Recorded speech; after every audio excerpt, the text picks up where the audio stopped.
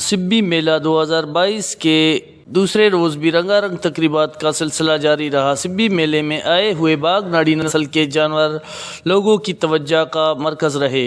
बाघनाड़ी नस्ल के जानवर अपनी दराज कदामत और खूबसूरती की वजह से पाकिस्तान भर में एक अहम मकाम रखते हैं।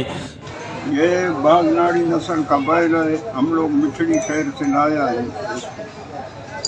इसका कीमत है 25 लाख और 16 लाख में हमसे मांगा है, हमने नहीं दिया है। और हम बच्चों की तरह इनको पालते हैं, शौक करते हैं और नमाज के लिए रखते हैं। इनको दाना भी देता है, दूध भी देते हैं, इसको हर चीज़ इसका मतलब बहुत मेहनत करते हैं। मतलब इनामात हम लोगों को कम मिलता है यहाँ।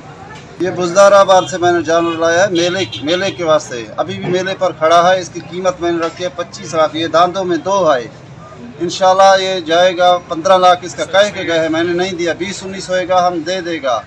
जानवरों के मालिक साल भर जानवरों को अपने बच्चों की तरह पालते हैं, उनका खिदमत करते हैं, उनकी खुराक का ख़ास ख्याल रखा जाता है। सिब्बी मेला पर बाघनाड़ी नस्ल के जानवर नुमायाँ पोजीशन हासिल करते हैं।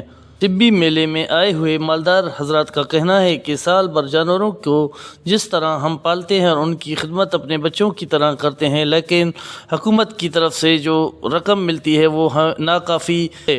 उन्होंने हुकूमत से अपील की कि इनाम की रकम को बढ़ाया जाए।